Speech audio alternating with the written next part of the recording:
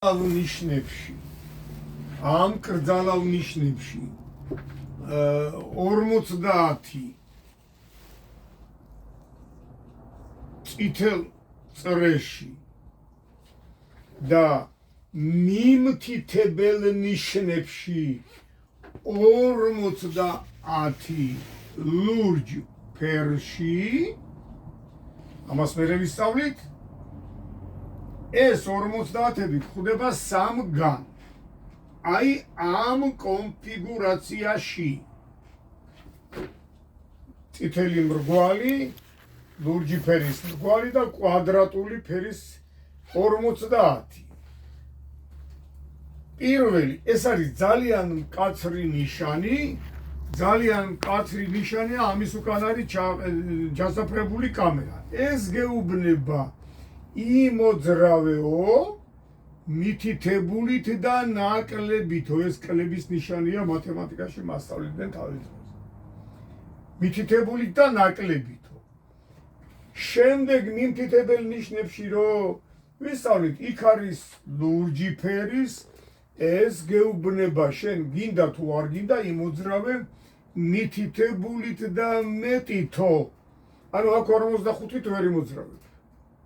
აქ 50 და ზემოთ.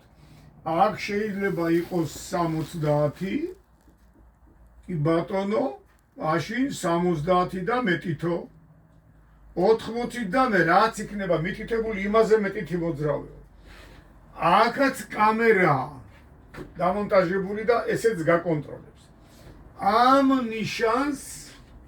ამ ნიშანს არაფერი დატვირთვა დიდი არ აქვს.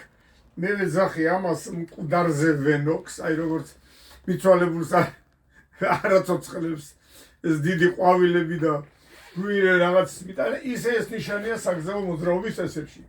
ეს არის ამას ქვია რეკომენდებული სიჩქარე.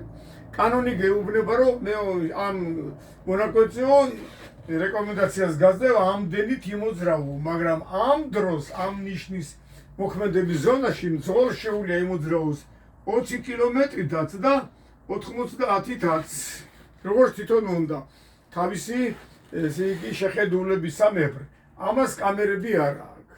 ესე იგი ეს 3-50 ძალიან განსხვავდება ერთმანეთისგან, თუმცა ერთმანეთს ძალიან გავს.